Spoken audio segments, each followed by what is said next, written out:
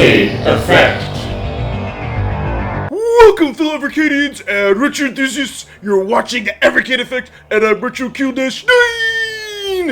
And today is going to be a very, very fun episode. It's going to be my top 10 Evercade games in 10 minutes. And y'all may not know that this video, the idea from this, came from the comment section from Andre. Yeah! Thank you so much, Andre, for requesting me to do this. I've been putting it off for some time, as it's difficult of all the, 300 Evercade games to narrow it down just to 10. So, in addition to keeping myself honest by doing the 10 games in 10 minutes, I set some other parameters to change things up. But before we talk about that, something else interesting I'd like to talk about is, if you haven't already, please like and subscribe to my channel. You're not going to want to miss out on this and all the cool, crazy things I do this year in 2022. Alright, so what I went ahead and did is I limited myself to one game per cart, and I decided to go from the 6 new carts plus revisit our 4 older carts. So I thought that would change things up, make it a little interesting. And another thing to keep in mind too, that game list is constantly changing. So I could make another video in a few weeks or months. As you know, as gamers, we play different games. Maybe some games we complete, and they're not as shiny. Yeah, I know. But I went ahead and I replayed all the games again on the new carts, and revisited some of the older ones, just to make sure that this really was my top 10. So let's go ahead and get started. We'll go through the top 10, and then we'll come back for the wrap-up. Coming in at number 10 is Kennen from the Pico Collection 1. Now, I've been going through and I've been wanting to complete this RPG before the Renovation Collection comes out, because we have tons of RPGs there. And this game is alright. It kind of strips out all the RPG elements of knowing where to go, having to talk to people, and all that stuff. It's just kind of a fun, quick little RPG, strategy-based.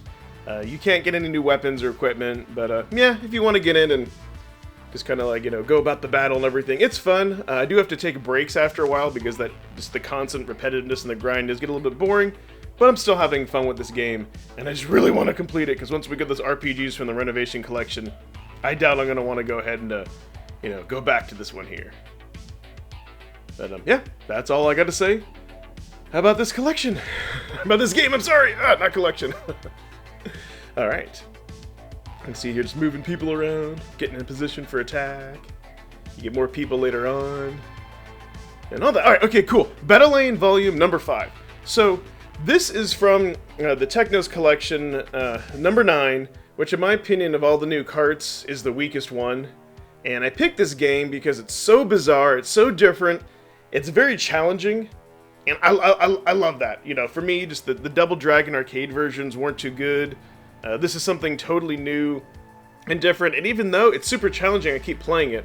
Especially since they have a yellow, the ground is yellow and you can't see your bullets, but once you kind of play it for a while and get used to it, you see that you will get better at it. I haven't put a whole lot of time into this game. I'm just kind of in rotation when I pop in carts. I keep coming back and playing this game. So yeah, that's why it gets a number 9 spot. It's fun.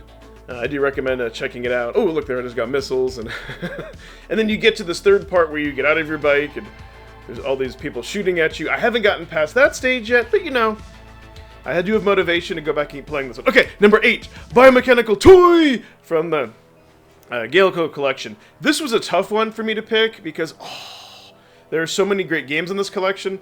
What separates Biomechanical Toy for me, it's like kind of thinking it as like Metal Slug or Contra, but you're going back in time through all these worlds. This is such a fun running gun. I really love this game. I could easily see myself going back to it. Matter of fact, when I was playing this again from the beginning of this review, I was having a blast. And this game also looks great.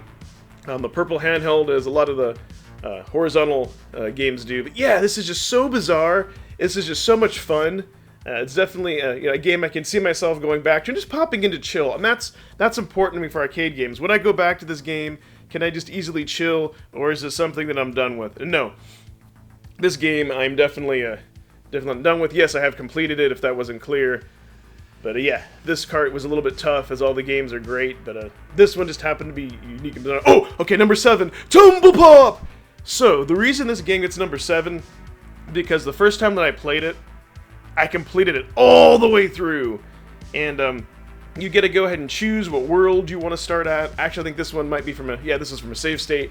And this just has like Bubble Bobble vibes like all over it. If you've ever played like Nightmare Creatures in the Neo Geo, I love these type of games. Snow Bros, there's so many games in this style. This game is so much fun. And when I went ahead and replayed this game again, just to make sure the fun was still there, I actually had to stop myself. So this game is just chill and cool, no cheap deaths or anything like that. Yeah, that's why this gets where the number 7 spot. This is such a great game. Between this and Chain Reaction, it was very difficult for me here to pick one on the Data East collection, which is freaking just fantastic, by the way. Oh, and if you spell Tumble Pop at the bottom there, you get the bonus! Alright, Missile Command for number 6. So, I love me Missile Commands, all the various versions we've had here on the consoles. This arcade version, you know what? It's been forever since I played this. I love it. It's nice having the 3 buttons. You have to, go ahead and decide which one you want to use. Obviously, the closer missiles to your target will shoot faster, and you can run out of ammo. And the thing that I love about Missile Command and why it gets the number 6 spot, because I can just jump in and play this game at any time. It's one of those games, too, where, hey, I could jump in, play one quick game, and be done. Or if I'm on a blast, I can play many games. I could play this game for 30 minutes or longer. And I love games like this that are just easy, jump in and jump out. It's total arcade. Because it is horizontal, you can play it on the handheld. And I think that's maybe why something like Centipede didn't get number 1, is because that you can only play on the VS. But yeah, this is just a simple, great jump in and jump out game, and it's the arcade version brings another. Okay, so you may be surprised to see Pac-Man. Yes, my number 5 spot for Pac-Man. Why? Because I freaking love Pac-Man. I play Pac-Man on the Evercade. Yes, I play the arcade version on the PS4 and Miss Pac-Man on my GBA. And so lately, I've just been chilling, playing this on the couch. I can just pick it up, pop it in the purple Evercade, and with the purple Evercade, you can actually see all the colors of the ghost really well. I love Pac-Man. I wish we had a Namco arcade version, but yeah, this scratches that itch for me. Pac-Man is just one of those games that looks deceptively easy, is simple, but it's challenging. It's one of those classics that never get old. Wish I could play it on the VS. Keeping fingers crossed for a Namco arcade collection, but there's not really much more that you need to say about Pac-Man. How it's just good times, jump in and jump out. Easy to play. Looks like I'm about to get eaten by some ghosts here. Nope. Yep. I forgot. Okay, so Dark Chambers. This is the reason this gets the number 4 spot. So you'll notice I change it from standard to advanced. So in standard, this game it's fun, it's chill, but it's incredibly easy. Like it's stupidly easy in my opinion on standard, where I actually get bored of the game playing it in sessions. Putting it on advance brings the whole game to another level. This game is actually very hard. But it's fun, though. A fun kind of hard. I don't want to say too hard, but you really have to make decisions on, do I need to spend the time to kill the enemy generators, or do I need to go past them? You have those underground ladders that you can't kill the enemies. It really makes you think playing this game. So if you just want to chill and play the game, it's awesome on standard. But if you want to do some thinking and kind of play it more of a gauntlet-style game, yeah, put it on advanced. And this is both from, I should say, Atari Collection 1 and 2. So yeah, I did say collections, but yeah, this game is just so much fun with it on advance, and I just couldn't stop playing it. A Xeno Crisis! So the reason why this gets the number 3 spot from the Xeno Crisis Tanglewood, I popped this in again just to make sure into the VS, and the controls are so tight, and the graphics, everything looks so awesome. This is one of the most, if not one of the most polished indie games I've ever played. It is just so perfect. That we have, it's the closest thing to a twin. It is a twin stick shooter, but with the buttons, it's just awesome. For me, I love this game. Here I'm playing it on hard again. I still need to beat the game on hard. And yeah, this still holds a spot. I think the only reason why this isn't actually higher on my list is because there's other newer games. Otherwise this easily could have gotten to the number 1 spot. But yeah, Xeno Crisis is still awesome. I can pop this in and play it. I've sunk in so many hours into this game. It's still fun every single time. Whew! How am I doing on time? Okay. We've got 2 minutes left, and we're about to move on to the next card. Chaos Engine! So, Chaos Engine should be no surprise that this is in the number 2 slot from the Bitmap Brothers collection. This is the main game I play off that collection. It is worth it just for this game.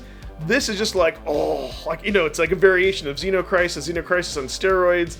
It's that type of game. I can only imagine 2 players would be super awesome.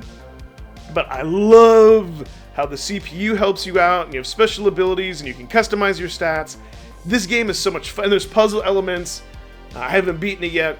I'm on, World 3, but this game is tough. But the fun is still there, and and the replayability. I can see myself going back to it. But yeah, this game is just so much fun. Always a good time popping in. You do have to think. You really have to think. Use your save states wisely. And yeah, I'm having a blast. I'm having a blast in this game. I could easily see this and a Xenocrisis kind of competing for that slot. So now, drum roll to the number 1, Thunder Castle. I love this game. Speaking of games that you can just jump in and you can just easily play, Thunder Castle does it. Not only that, if you love your Pac-Man style games, if you love like your classic, like kind of like Donkey Kong, if you love all those classic games that I just can't even think of because I'm so excited, it combines this like all into one. This, for all better purposes, could have been released in the arcade. This is, the feel of this game is very much arcade.